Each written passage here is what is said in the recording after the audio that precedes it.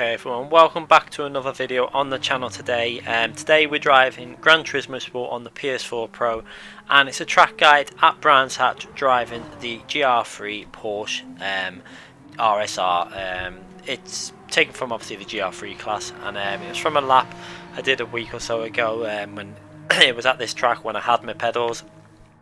Obviously at the moment we're still waiting on our pedals to get fixed. It was sent yesterday, so there's going to be a little bit of gap of just going through some old videos, but I noticed that this track was on today, so I found out on Twitter that it's on today, so I decided to get this track guide out today and try and get you guys up to speed as much as I can on this track. We did briefly make it into the top 10 I think, but then we got knocked out, and then we got close to it again with this lap, but we didn't push it very hard in the final corner. I think there was about a tenth or two left on the final corner, which I didn't want to risk too much, so there was a bit of time left in the lap, and I'll let you guys have a little watch of the lap now in full speed, and then we'll come back and go through a slow motion replay and go through a guide.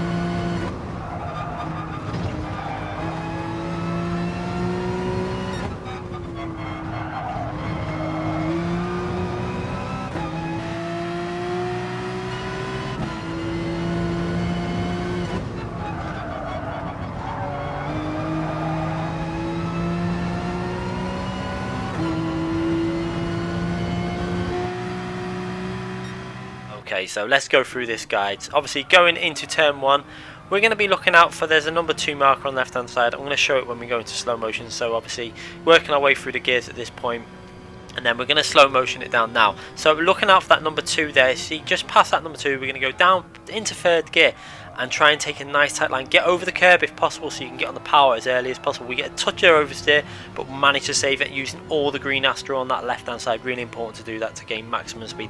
Then braking just before you hit the bridge that's above you there, down into 1st gear. Just TYHE again, stay nice and tight to the apex, wait for the grip to be there, and then hard on that power in 1st gear, let it rev, then into 2nd gear using some of the curb on the left, get the car back over to the right hand side, then use that number 1 board on the right hand side to use as a braking reference down into 2nd gear, and again use some of this Astro on this right hand side, accelerating out onto that Astro. We ran a little bit wide and scruffy there, but maybe losing a little bit, but not too much. Then braking on that one side again on the right hand side, down into 2nd gear, and I like to take this corner as tight to this left hand side as possible so I can get on the power as early as possible. Just be careful of that rear end as you go through that corner too early, and you will lose that rear end and lose a lot of time. You can see there we managed to pull away from 2 ghosts there, one of which was a 22.728. Then looking for this braking point now, we're going to brake in between them 2 boards on the left hand side there, as you can see, down into 4th gear, and then 3rd gears you want to try and get on the power as early as possible and build the revs back up, so then into 4th gear, and then looking out for that number 1 board on the left hand side, braking just before that.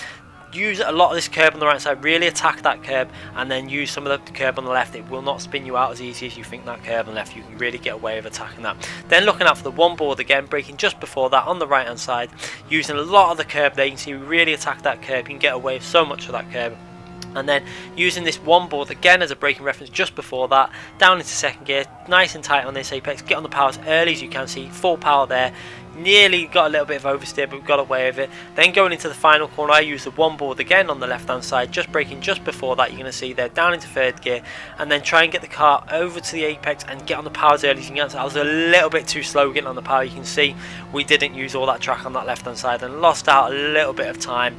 Nothing major, but maybe a tenth or so, and we go over line on a 122.667. I think I should have really got a 22.4 if I would have pushed a little bit harder in certain places, but again, we'll work our way up with these laps and slowly improving, and hopefully get ourselves pretty much as close as we can to the ultimate pace. I think we've got potential to get down to a 22.2 to 4.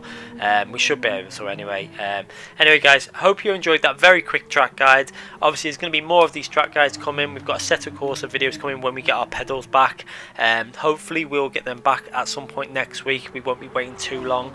I've got a lap comparison that I'm going to bring out at some point this week as well, where I've used a control pad on GT5, and I was very surprised at how fast I could go with that control pad, especially with the assist that you can use with it. It's a bit OP in my view, but we'll go through that, considering I've not played with a pad properly in about it must be about 10 years on a racing game. I've briefly played Drive Club with a pad for about 2 weeks.